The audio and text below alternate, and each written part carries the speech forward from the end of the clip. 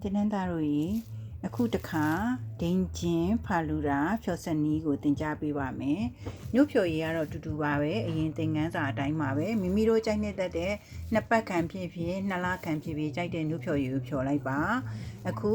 ဒိန်ချင်းကတော့ကျမတို့ဒါနှစ်ပတ်ခံတို့ရည်ဖြစ်ပါတယ်။ဒီနှစ်ပတ်ခံတို့အရင်နဲ့ကျမတို့ဒိန်ချင်း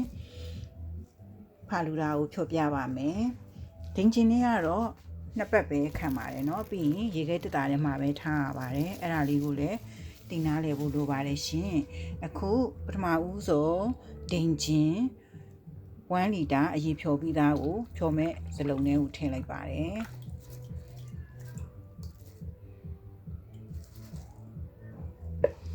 ပြီးတဲ့အခါမှာ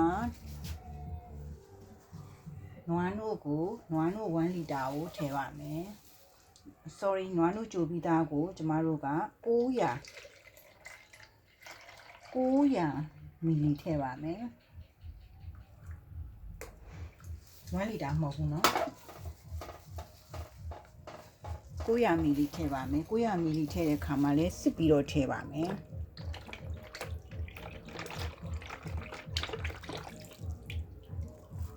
900မီလီထည့်ပါမယ်ပြီးတဲ့အခါမှာကြံတဲ့ဒီဂျယ်လီလေးတွေပေါ့နော်ကြံတဲ့ဂျယ်လီလေးတွေကို1000ခဏလိုပဲလေ1000 gram ပြည့်အောင်ထည့်ပါမယ်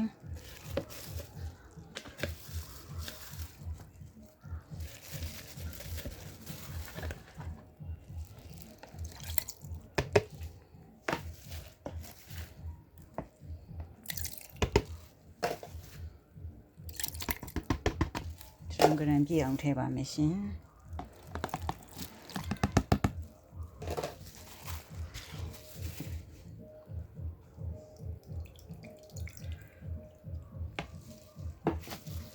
ဟုတ်ကဲ့အခုဆိုလို့ရှိရင်ဂျယ်လီအစုံ1000 gram ကိုထည့်လိုက်ပါပြီပြီးတဲ့အခါကျမတို့မှွေပါမယ်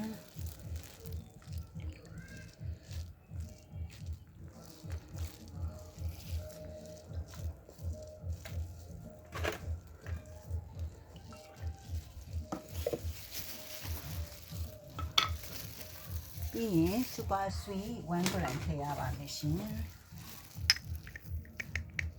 super sweet 1 gram ထည့်ပါတယ်เนาะနှမ်းစားအောင်မှီပါတယ်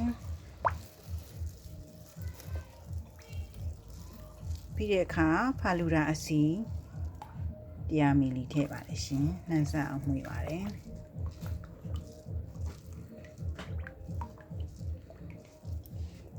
ဒိန်ချင်းဖာလူရာကိုကြတော့ကျမတို့ရိုးရိုးဖာလူရာလို့အရောင်ထပ်ပြီးတော့မထည့်တော့ပါဘူးသူရဲ့ဒီဖာလူရာအစီမှာပါတဲ့အရောင်လောက်နဲ့ပဲ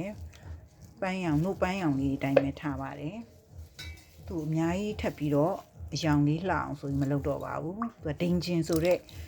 သဘောတရားပို့ပေါ်လွင်အောင်လို့ပါမိတို့ထည့်ခြင်းတဲ့အရောင်ထည့်လို့ရပါတယ်ဥမာတချို့ကလည်းအစိမ်းရောင်နုနုလေးထည့်ခြင်းလားအစိမ်းရောင်ထည့်ရင်စိမ်းနုရောင်လေးဖြစ်သွားမယ်အဝါရောင်ထည့်ရင်ဝါနုရောင်လေးဖြစ်သွားမယ်ခရမ်းရောင်ထည့်ရင်ခရမ်းနုရောင်လေးဖြစ်သွားမယ်ဒါပေမဲ့ဒိန်ချင်းဆိုတဲ့အမည်နဲ့ဖာလူရာဆိုတဲ့အမည်လေးနဲ့ဒီလိုက်ဖက်နေအောင်လို့ပေါ့နော်သူ့ကိုပန်းရောင်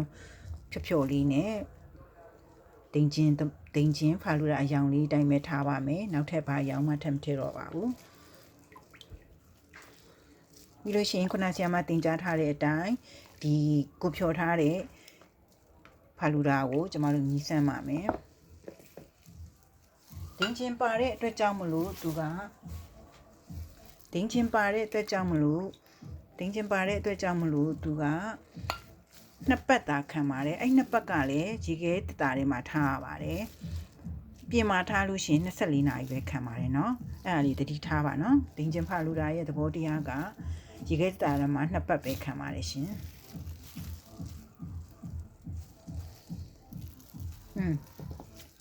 ဖာလူရာရတာပဲ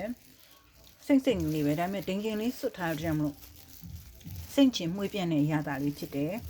နောက်ချိုလေးရလည်းအတော်ပဲတအားကြီးချိုစူးနေတာမျိုးတဘာဝမဆန်တာမျိုးလည်းဖြစ်မနေဘူးအတန်ရတာရှိပါတယ်ရှင်ဒီ formula လေးအတိုင်းအလုံးမဲထုတ်လုပ်ရောင်းချအောင်မြင်နိုင်ကြပါစေရှင် ခုလိုတင် जा ပေးလိုက်ရပါတယ်